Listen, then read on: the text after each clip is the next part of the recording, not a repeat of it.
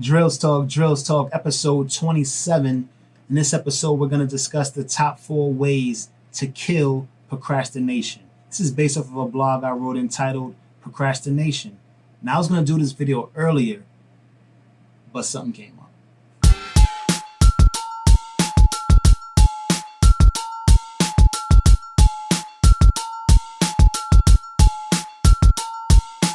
Drills Talk, episode 27. In this episode, we're going to discuss the top 4 ways to kill procrastination. But before we do, please like, subscribe, comment. Every Monday, we have a new blog. Every Wednesday, new vlog. Every Friday, new beat produced by Drills. It can be any genre. You never know. Great channel to follow. Appreciate the follow. Let's get right into it. Number one is why not now? When we're dealing with procrastination, we're always saying, well, we have time. I can do this tomorrow, or I can do this next week. There's always a reason as to why you don't need to do it in that instant. And we never, ever state or give ourselves reason as to why we should do it right now, or why we shouldn't do it right now. And that might help us with the procrastination. Oh, you need to sweep the floor. You could sweep later, but you're standing in the kitchen and the broom's right there, the dust pail's right there. Why not now? Of course, we never ask ourselves that question because, we don't have to do it right now. I mean, it's still going to need to be swept early, later, and you can just wait. There'll be more stuff to sweep later. So why not? Well, a clean floor is a clean floor, and your floor is dirty, and you should clean it. Why not? Why not, right? I want to work out. I can work out now because I'm doing absolutely nothing. Or I can wait until later on in the day, when everything calms down and after I eat and I'm tired and I don't do it because I've just eaten and I'm tired. Yeah, that sounds familiar, right? Yeah, absolutely. We all do it. I do it. I try not to do it. I always try to talk myself into, doing it now, and why not now? Why can't you do it now? And, you can be the biggest nag to yourself and make yourself break procrastination by continuously asking yourself counter questions to reasoning as to why you're giving yourself and not doing it. Like, okay, well, I need to go to the store. Why not now? You don't have a good answer, and you usually don't. Then you just go do it. Okay, well, now that's done. And that gets us to number two. Number two is the benefits of completion. So the benefits of completion is, one, you don't have to do it anymore. It's done. It's complete. So now you have room for other stuff. You also don't have that lingering over you. That's a beautiful thing. We all want to be free, no matter what it is. You have to do something like, oh, that's a task. I got this errand to run. I got this thing that I have to do. And you'll be getting rid of that thing. That's the perk. It's no longer on your to-do list. It's no longer something you have to do, need to do, or, required to do. It's gone. It's done. That's the benefit. That can really, really help you in not procrastinating, getting that off your list. I don't really like going shopping. All right, let's do that first. Let's get that out the way. Everything that you really don't want to do, but you have to do, or it's good for you to do, do it first. When I was a child and I'm eating food that I don't really want, I eat that first. I tell my kids that too. Hey, you don't like that? All right, eat it first. Get that out the way, and then you enjoy the rest of your meal.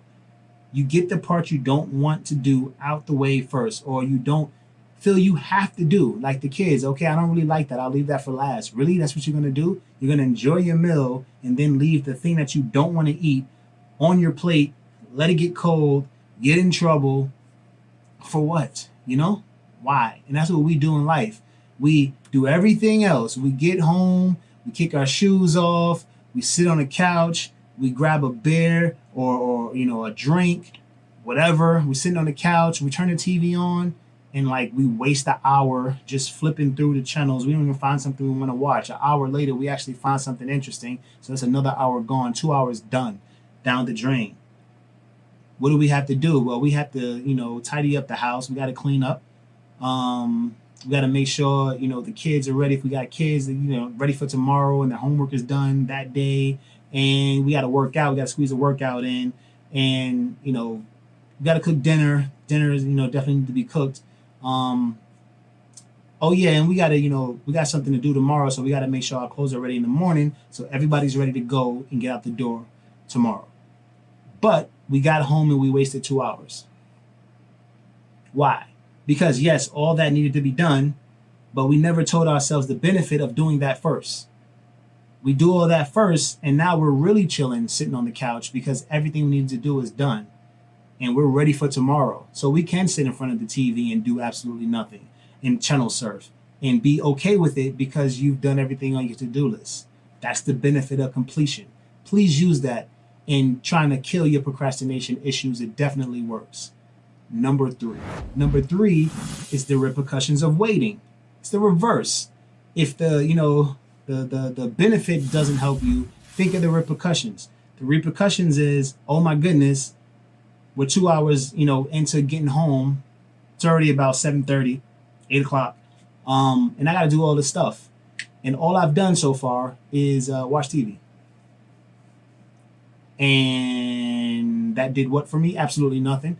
I didn't really enjoy half of the 2 hours I was watching TV. So, yeah, I really should have thought about this. And if I would have thought about this, I would have knocked out what I needed to knock out.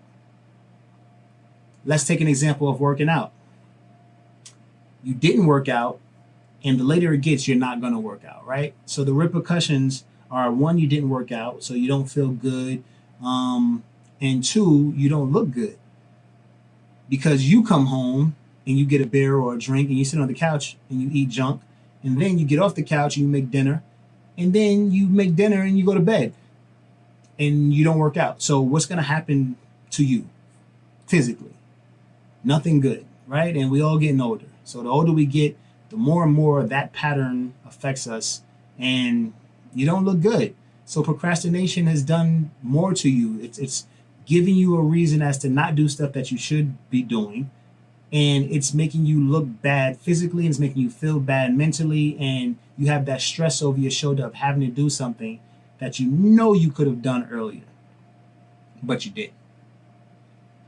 And this is just over and over and over again, a repetitive cycle in our life that we do to ourselves because of this stupid procrastination issue that we have. We have to beat it. You have to try. Why not now? Think about the benefits. Think about the repercussions. Number 4 is that procrastination kills. Procrastination is the nicest hater in your life. It talks you into things that makes no sense and have no benefit to you. It does nothing for you at all. But it's always around you. You always talking yourself into doing something later. And it's because we have that deadline mentality. Now that comes from school and conditioning and then going to work and being conditioned also for deadlines.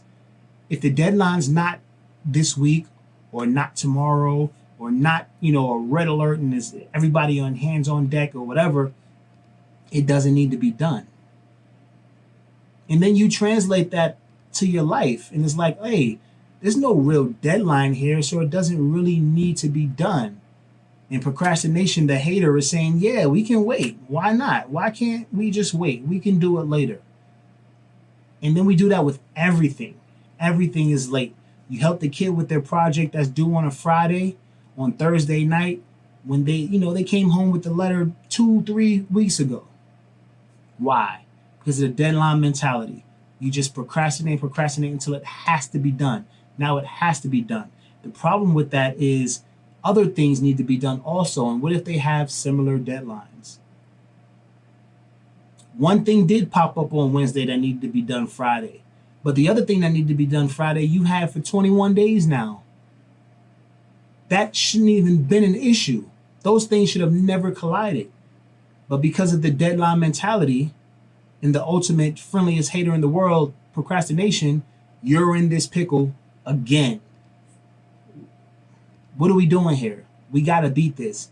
We got to kill procrastination. It's doing nothing for us. It's a dream killer. You do this over and over and over again. You think you're not going to do it with your dream. You think you're not going to do it with your goals. You do it with small goals. I need to work out.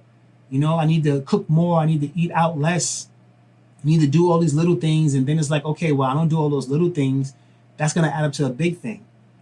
Oh, yeah, man, I did want to go back to school and get my degree in such and such. Oh, yeah, I did want to open this business. I did want to do this. I did want to do that. And before you know it, you've never done anything. You didn't do any of that. And you're unhappy. And why are you unhappy? You're unhappy because of procrastination. You're unhappy because you didn't take action. You're unhappy because you didn't ever ask yourself, why not now? Thanks for listening. Thanks for watching. Isdrills.com. It's episode 27. So the top 4 ways to kill procrastination. Check this out. It's Drills.